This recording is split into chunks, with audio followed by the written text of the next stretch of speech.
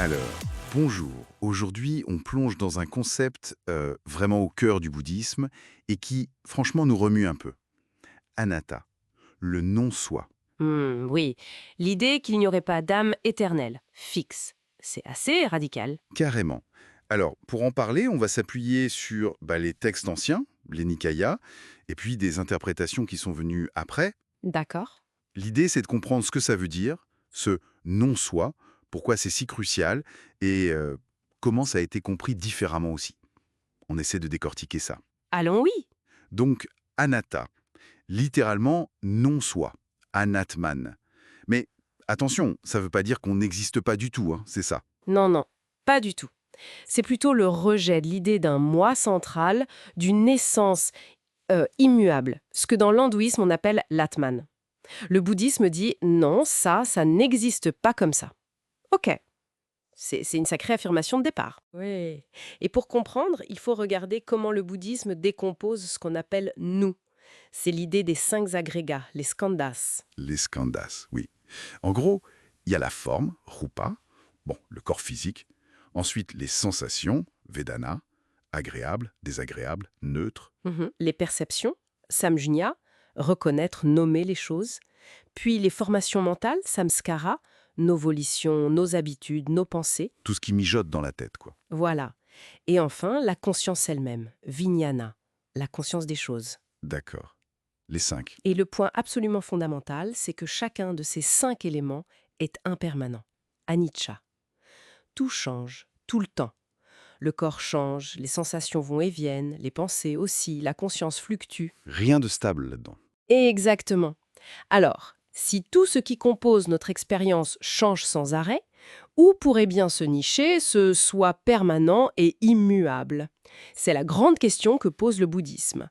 Ce qu'on perçoit comme moi est en réalité un processus, un flux constant. Et c'est ça qui explique pourquoi le Bouddha rejetait l'idée de l'Atman hindou. Parce qu'on ne le trouve pas, empiriquement. En partie, oui. Il n'y a pas de preuve directe d'un soi immuable dans notre expérience.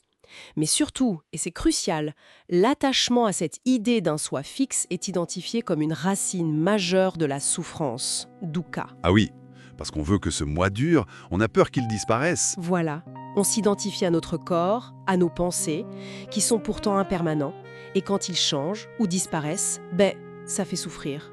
C'est cet attachement à une illusion de permanence qui crée dukkha. Logique. Donc comprendre anatta, le non-soi, ça a des implications énormes. D'abord, ça peut aider à se libérer de l'emprise de l'ego, de cet attachement au moi-je. Ça ouvre à plus d'humilité, peut-être de compassion aussi. Exactement. Et puis, il y a la question de la responsabilité morale. S'il n'y a pas de moi fixe, qui est responsable de mes actes? Bonne question. La réponse bouddhiste, c'est le karma, la loi de cause à effet. Ce sont les actions elles-mêmes et leurs intentions qui créent des conséquences. Ces conséquences sont portées par le flux continu de la conscience, même sans un agent permanent derrière. C'est la continuité causale qui compte. Comme une onde qui se propage. C'est une bonne image, oui. Et finalement, comprendre anatta, c'est une clé essentielle sur la voie de la libération, le nirvana. Parce que si on voit à travers l'illusion du soi, on peut déraciner la cause profonde de la souffrance. Et il y a cette fameuse analogie... Ah, celle du chariot, oui, très parlante. On utilise le mot chariot pour désigner un assemblage de roues, d'essieux, de plateformes. Mais aucune pièce prise isolément n'est le chariot. Voilà, le mot chariot est une désignation pratique, conventionnelle pour l'ensemble assemblé. Et de la même manière, le mot personne ou humain est une désignation conventionnelle pour l'assemblage dynamique et changeant des 5 agrégats. Ça clarifie bien. Hein. Mais en lisant les textes, on voit que c'est parfois un peu plus nuancé, non? Cette histoire d'anatta, c'est pas juste dire « tout est vide ». C'est une excellente remarque. Il y a une distinction importante à faire.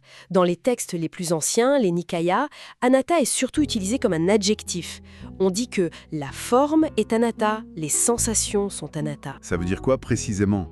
Ça veut dire qu'elles sont dépourvues de soi permanent ou ne sont pas le soi.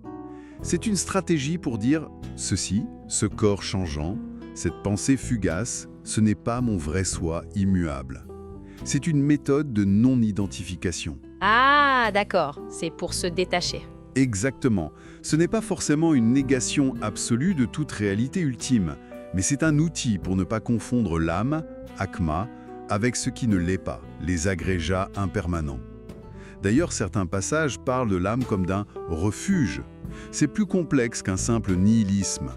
Le Bouddha rejetait explicitement le nihilisme, Ujjedavada, l'idée que tout s'arrête à la mort. C'est d'une nature de Bouddha. Oui, tout à fait. Certains courants du Mahayana, comme ceux qui développent l'idée du Tathagata Garbha, vont dire « oui, les 5 agrégats sont bien anatta, vides de soi intrinsèque, mais au-delà de ça, il existerait une nature fondamentale, pure, lumineuse, la nature de Bouddha, ou parfois appelée le vrai soi, une sorte de potentiel inhérent à tous les êtres, qui est éternel et qu'il s'agit de découvrir sous les voiles de l'ignorance et des agrégats.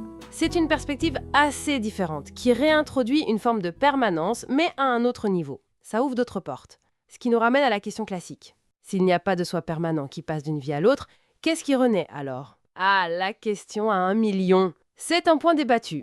L'explication la plus courante n'est pas celle d'une âme qui transmigre, mais plutôt d'une continuité causale. Le flux dont on parlait. Oui, le flux de conscience conditionné par le karma, les actions et intentions passées, n'est pas interrompu par la mort physique.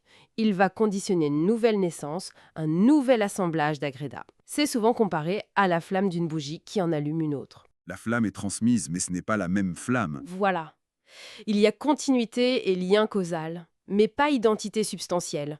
D'autres écoles ont proposé d'autres concepts, comme le Pujgala, une sorte de personne conventionnelle qui porte le karma, mais c'est resté controversé. Fascinant. Donc, pour essayer de synthétiser, anatta, c'est cette idée vraiment fondamentale qui vient déconstruire notre vision habituelle d'un moi solide et permanent au cœur de notre expérience.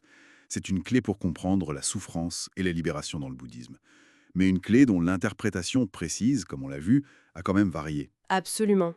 Selon les écoles, les textes, les époques, la signification et les implications ont pu être développées de manière assez diverse. Et peut-être une dernière pensée pour la route, si cet attachement tenace à un moi fixe est vraiment une source de problèmes, de conflits, de souffrances, qu'est-ce que ça changerait concrètement dans notre rapport aux autres, au monde, si on prenait juste un peu de temps pour contempler cette idée de non-soi, même avec toute sa complexité? Une excellente question à méditer.